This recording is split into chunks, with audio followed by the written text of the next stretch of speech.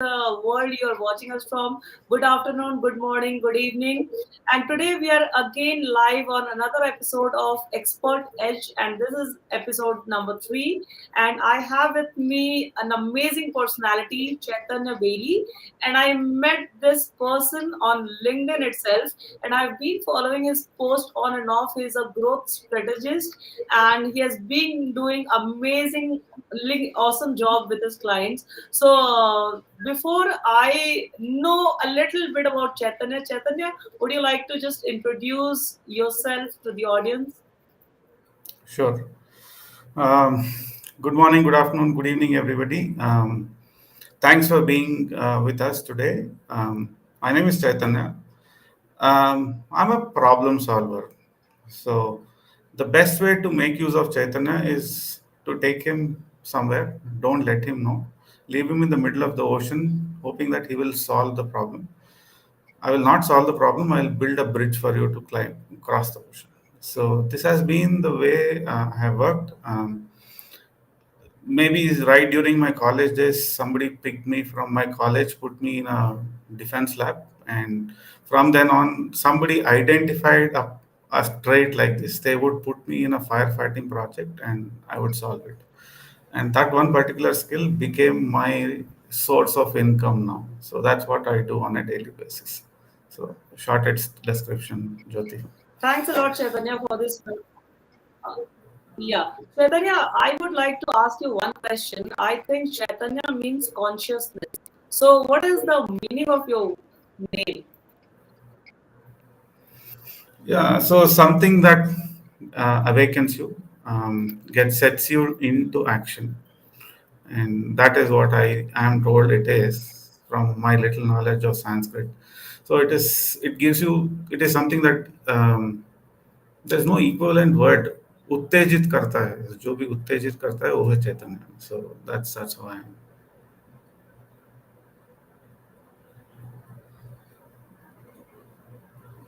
Jyoti, are you there?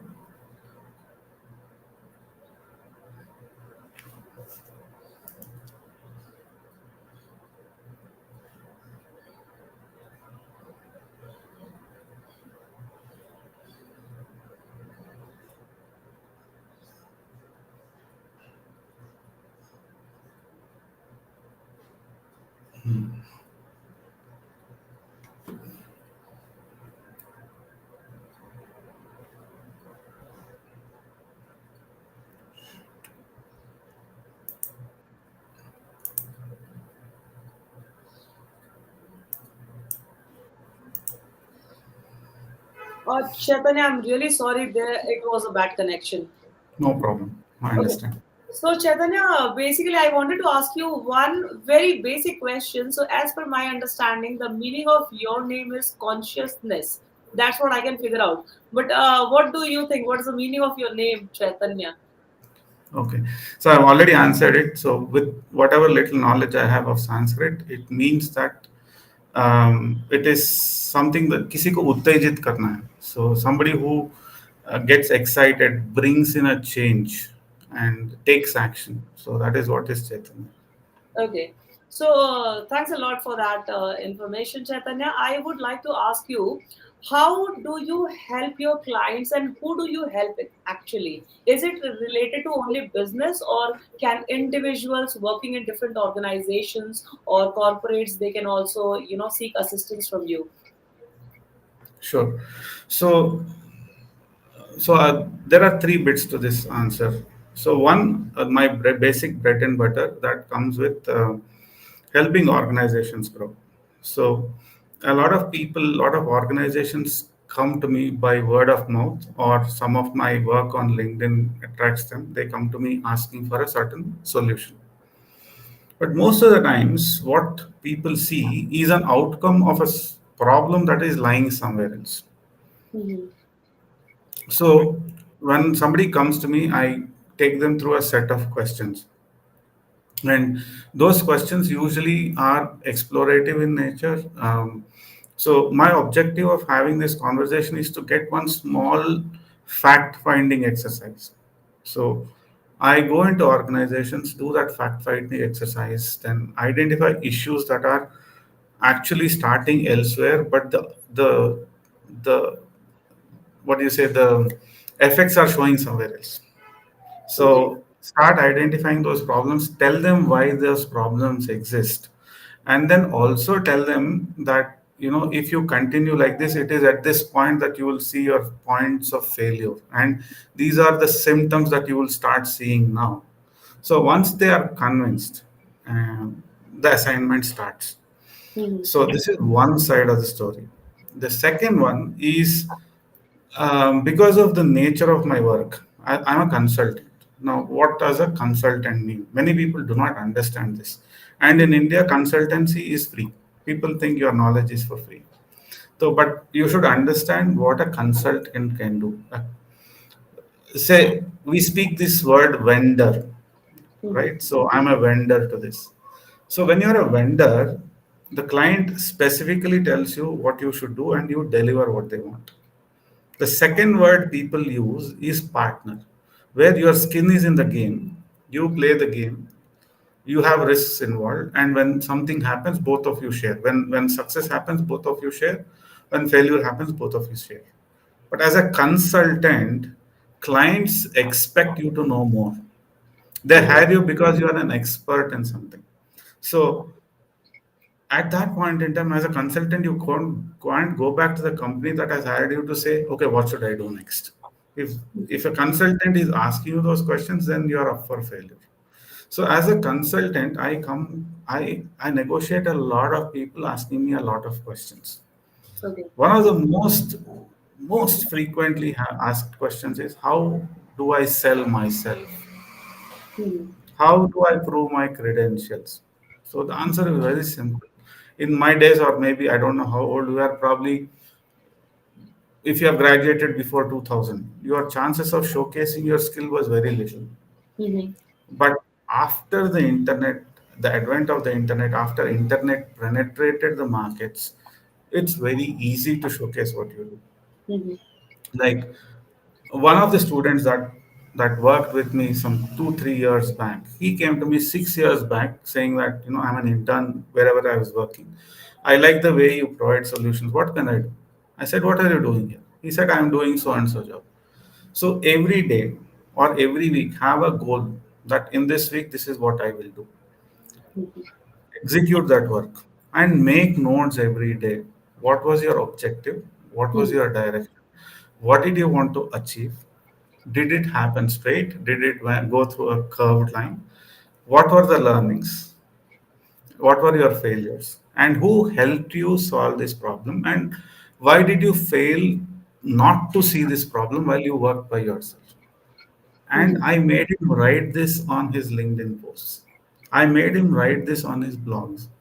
Now imagine that a student who has done this internship for 3 months has built his credentials live in a factory, which was commented by people working in the factory, telling that this is the solution, this is what he came to me for, this is what this boy failed to see, and this is what he has done. At the end of that 3 months, there were 1,000 competitors who would have wanted an intern like that, who would have wanted somebody trained like, and then they suppose you today go and say, I'm planning to be an advocate. Jyoti has mentored me as an advocate.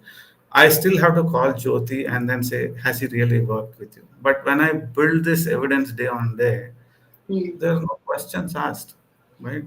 And at the end of these 3 months, you would have built a skill for yourself. You have showcased all that you have gone through, your experience, your appreciation, your brickbats, your lessons, and then you say, "This is what I am." Your Mhm. LinkedIn page will become your testimony. Mhm. Okay. Thanks a lot for that wonderful information, Chaitanya. And I think there are people who have joined and they found your information quite interesting as in how you help people around. So one thing I wanted to know, which is like it is my confusion.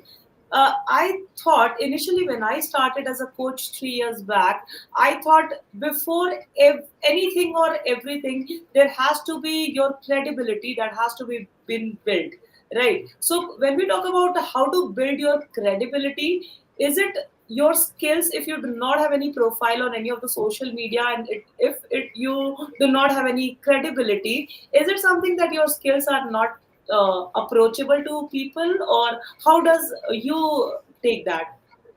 Okay. Say, Jyoti, imagine this. Okay, I used to be a Deloitte consultant.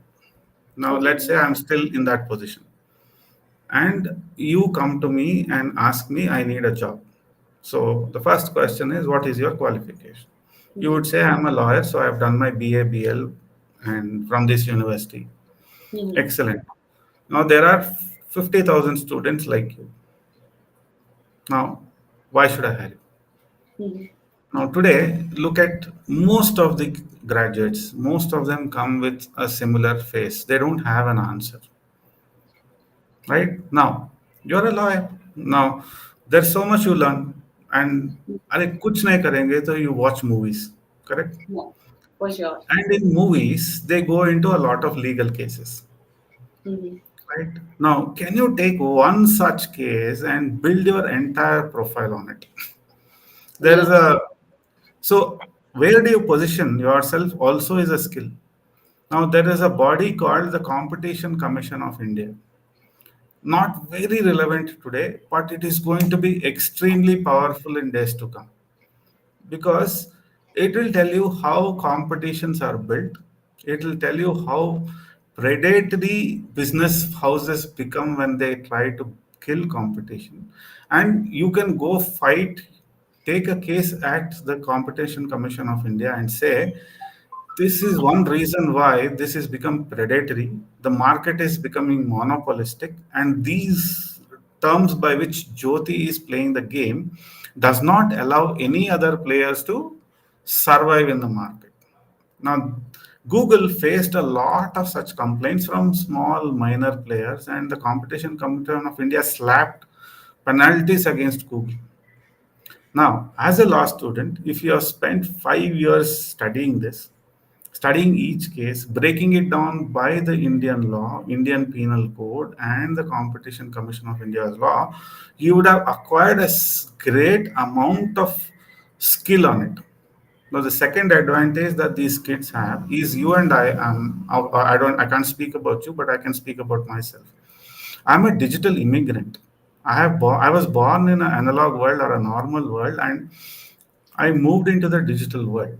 Whereas the kids today have been born in the digital world, they know more about digital electronics and the social media systems.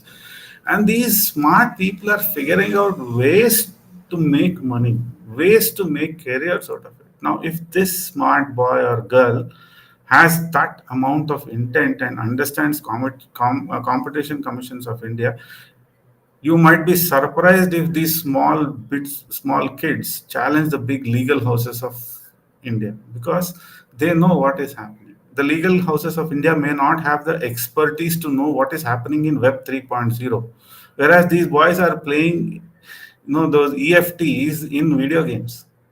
It takes me a special effort to even go there. Now he can come back and say they are hoodwinking the RBI or the Indian Penal Code by going into EFTs, and then because EFTs are not governed by the law, these transactions should be declared null and void. Mm-hmm. Done. So, don't you think that is building your career in public? You are playing a game. You are engaging with your group. You are having fun while you are building your competency. And at the end of your graduation, you are not going with an empty CV to say, please give me a job. There Mm-hmm. are people standing outside your house to give you a job. Mm-hmm. So that's how you see your career. So people say that the new electronics, artificial intelligence is killing jobs. Yes, it is killing the jobs of the past. Every technology revolution has done that. When Y2K came, a lot of programmers lost jobs. When the subprime crime happened, a lot of people lost jobs. Every revolutionary change brought in a lot of changes. If you ask me, I think there are more jobs than ever before after the advent of ChatGPT. It's just that we are playing the new game with the old tools. So Mm-hmm. play the new game with the new tools. There are too many jobs to take.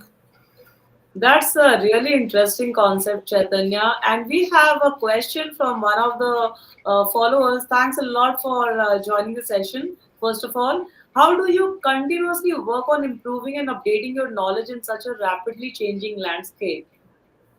Sure. So somebody quoted this. So the uneducated of the present society are not the ones who have not studied, but are the ones who cannot unlearn, relearn, learn, unlearn, and relearn. So how do you keep changing? If you don't survive the market. That's the problem. Mhm. um, you see companies who go bust just overnight. One small change in regulation, you are out of business. You don't know what hit you. So what do? You keep learning every day. You hear a new term, you hear a new niche that comes out. If it sounds great to you, please start educating yourself. So the future has arrived, but in small pieces. So you will start, once you see a word, you will realize that in times to come, you will see that word coming and hitting you more often. So if there is some field that has come in, and if it has made some impact, and if you like it, please learn it, please master it. And what happens is you will realize that all that you have learned until today, that experience will work wonders and charms in the new field. Mhm. Right. So just let me give you an example. Now, if I ask you which is the company that makes the maximum money out of music, you might say Aditya Music or RPG Music and all. Mhm. But Airtel, in its caller tunes, makes the 10 times the money made by all music companies in caller tunes. Oh my God. So does Airtel own music? No. Do they have musical servers? No. They own nothing, but they make money out of it. Recently, Adidas sponsored the sports ads on the World Cup. Puma came with the Puma Jump campaign, and it made 20 times the money Adidas make. Did Puma pay 1 rupee? No. But did it penetrate the markets? Big time. It was a huge success. So the digital world opens up competition. And where is your competition? Who is hitting you? Nobody knows. Now, if you see some of these latest interviews, so I was watching one of the interviews from the CEO of BMW India. He was asked, "Who is your biggest competition?" And he said, "SIPs were my biggest competition, the systematic investment plans." And what is his reason? He says, "See, somebody spends a lot of time, imbibes a lot of discipline. Um, for 30 years he invests, and at the end of 30 years your markets are not doing well, and when you surrender your tools, you realize that you didn't make money." So Jyoti is offline, but we'll still continue talking. I'm sure she will come back. But he says, buy a BMW today, use the social capital of BMW, go for conversations, and make your success rate higher based on the perception of what you take when you drive a BMW. And he says, by mathematical estimations, that you make more money owning a BMW than an SI. And Instagram says that their competition is sleep, because every second extra you spend on Instagram is revenue for them. You might say Instagram is free. When anything is free, you are the product. Your behavior is the product. Your behavior is the analytics. Your behavior is the one that tells you more about the human brain and how the human brain works. So, long answer short, lifelong education is the only way you keep yourself updated.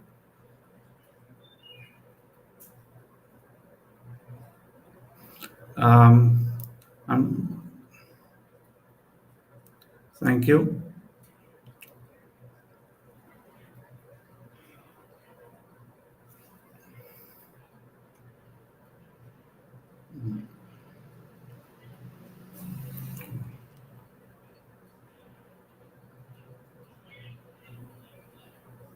So, people, I am here. So, if you have questions, please ask, I'm more than happy to answer. Jyoti must be having some horrendous internet connection today.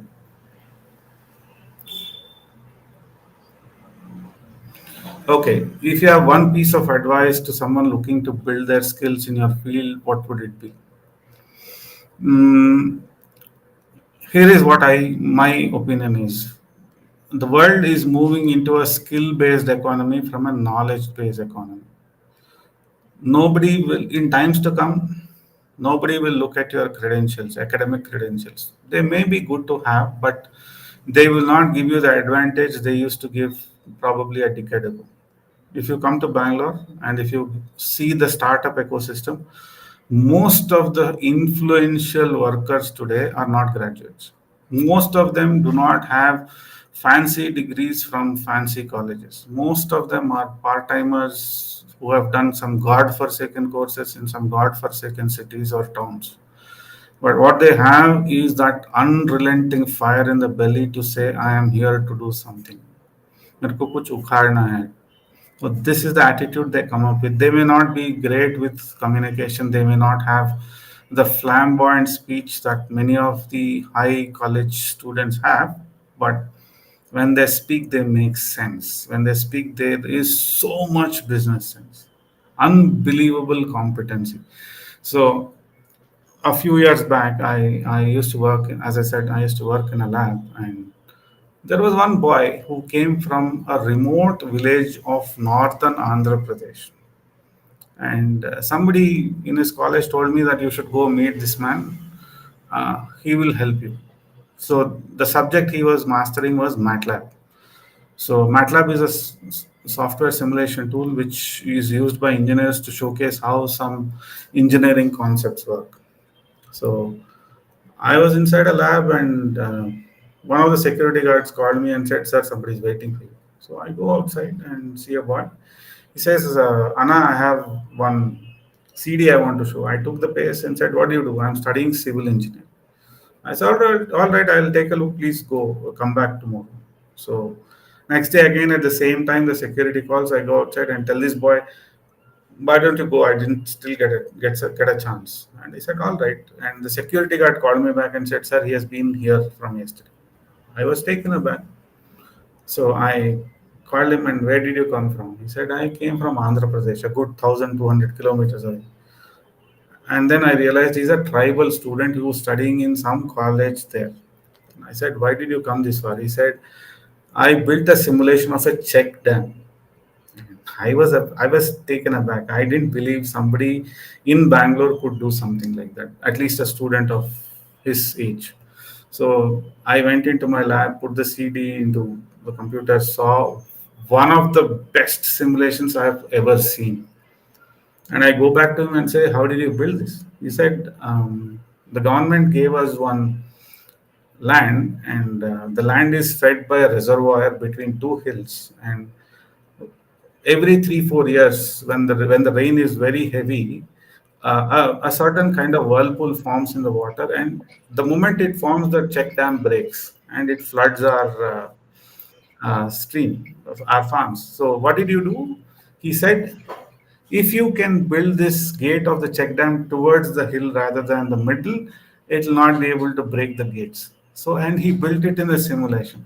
And all I did was I had to package this into a file and then send it to all the defense labs and say, "This is done by a second year engineering student from one god forsaken town in a god forsaken village."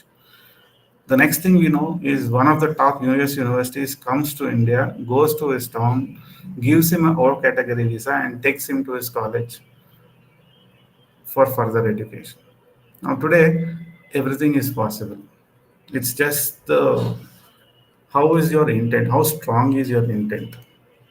So, what would I do? Please learn practical things. If you are studying arts, take one subject of arts and learn something about it. So, as a science student, I'll tell you, if you go study BSc or engineering, there are hundreds of mathematical models that you study. Try doing that in Excel, try doing that in MATLAB, try doing that with PSpice, and all these things post in LinkedIn. Trust me, a good guy from a good college appearing or learning or joining a data science college job will not have all this. If you can do this, good high paid data science jobs are for the taking. You will not have competition also. Thanks a lot, Chaitanya. I'm really sorry my internet is really bad today. So we No have problem. another question from LinkedIn Connection, which is, can you share your journey and how you became an expert in this field? What are some keys, milestone, or experiences that shaped your expertise? Okay. In my sixth class, my dad gifted me with a book, a 2 year subscription of Reader's Digest, and along with that came a book called Handwriting Analysis. So I started using that to analyze people. I used to trouble people. I used to harass people. So please write something and I'll study. But by the time I finished my 12th, I have seen more than 60,000 handwriting samples because my mom was an accounts officer. She was the pensions head of the APSCB, the joint state of Andhra Pradesh.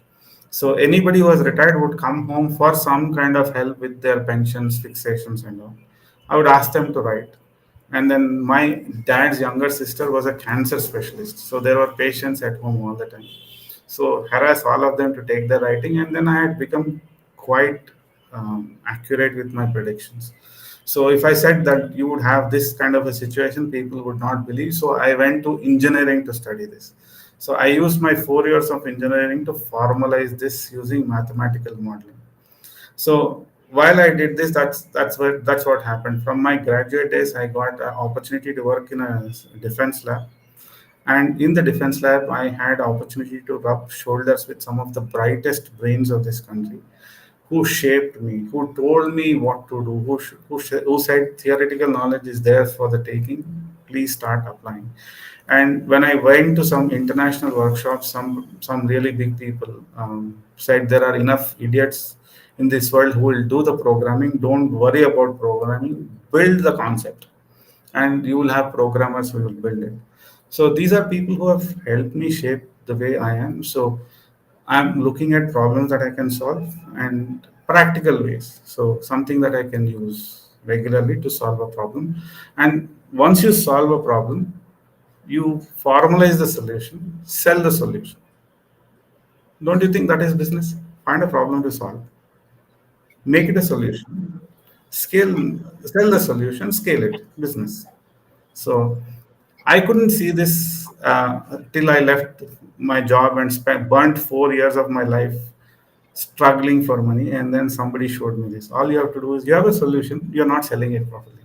So package it properly, sell it, scale it. That's business. So, and that's how I think my life got shaped. Thanks, Chaitanya, for sharing that. Now we have another question from someone, which is, if you had to give one piece of advice to someone looking to build their skills in your field, what would it be? Okay, so this will be an extremely biased answer. So, if you have to learn analysis, I think engineering is the only field which will give you so much of scope for analysis. So, I believe everybody should take one branch of engineering, but apply it everywhere. Like some of my classmates from my college of engineering are world's some of the best artists. They use explosions to create art. Some of them use different kinds of paint to create different kinds of outcome. So once you do, so what kind of paints are these? Are paints that they have created with the chemical reactions that they have found out. So that's how it is. So if you can learn analysis, or I mean if there's any other field which can teach you as much analysis as engineering, then I think the first thing you'll have to learn is to analyze a situation. And once that analysis, I mean there's no hard felt or one type of analysis you can do. Whatever works. And if you have that kind of analysis backing your thinking, I think solutions will start coming, and those solutions will continue to feed you. Mhm. So, Chaitanya, Because Yeah, thanks a lot for sharing so much information. And I think this session is a bit small when we talk about a lot to learn from you and your expertise. So, one question from my end is, when you said that your mom was accountant and she used to you used to understand a lot of handwritings. So, did you get the opportunity, to share with those people what exactly you derived the outcome, or what is your understanding? Yeah, yeah. So I would analyze. I will talk to. I would talk to them. As a kid, I think age was on my side, so they would forgive me initially. But as I started seeing more and more, and as I started reading more and more books, and started looking at a lot of things, it became very accurate, quite accurate to the point that in my project that I went to engineering for, I built an expert system that would analyze writings from 12th century, from any written document. It could be in the form of Tadapatras, it could be in the form of a stone inscription, it could be a written, in if you look at Sharada Sanskrit, the not the Devanagari, not the Pali, and the one before that, times of Shankaracharya and Mhm. all those pieces. They used to write on silk paper. They used to write on silk as such. So even if that was put in the scanner, we could identify which style of writing, what lipi was it, and the lipi was also not changed standard. It used to change from century to century. So um, say before 8th century, writing was a privilege. So people would write on silk cloth or some kind of such material. A little later, they started writing on wood, and a little later, they came back to palm leaves. Now, the palm leaf that was available in the northern part of India could not take the curved roots, so the leaf would tear. So all the northern languages have straight lines in their lipi. Whereas the same palm leaf in South India would not stand if you wrote, if you scratch straight. So all the jalebi started happening in the southern part of India. So the curved scripts. So that's how it is. And every century, again, the way we lived, the advancement happening. So the lipi also changed. So all this Mhm. was what I could establish with what I learned. Yeah, that's quite interesting. So, Chaitanya, you said that you had a habit of reading a lot of books. So, if you would like to recommend some books to our viewers, which are those books that you would like to recommend? Very, I mean, I read even today, so there's at least one book I read. I've learned the art of fast reading, and I don't know how, I can't logically put a formula to it. I know which parts of the book to skip and which part of the book to chew. So Mhm. there's one book that I read, and I learn out of it. Say, for instance, the basic books that I would still recommend are there's a book called Atlas Shrugged and Okay. Fountainhead, two books by Ayn Rand, which will change the way you look at the world. You will change the way how people live, how characters evolve.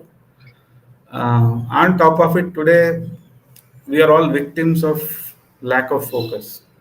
So, Hyper Focus by Chris Bailey, then Deep Work by Cal Newport, and these are the basic you can start. And then these four books will teach you a lot about your own perspective, your own personality, and based on what you like and what you um, zero in on, you can develop your own style of reading.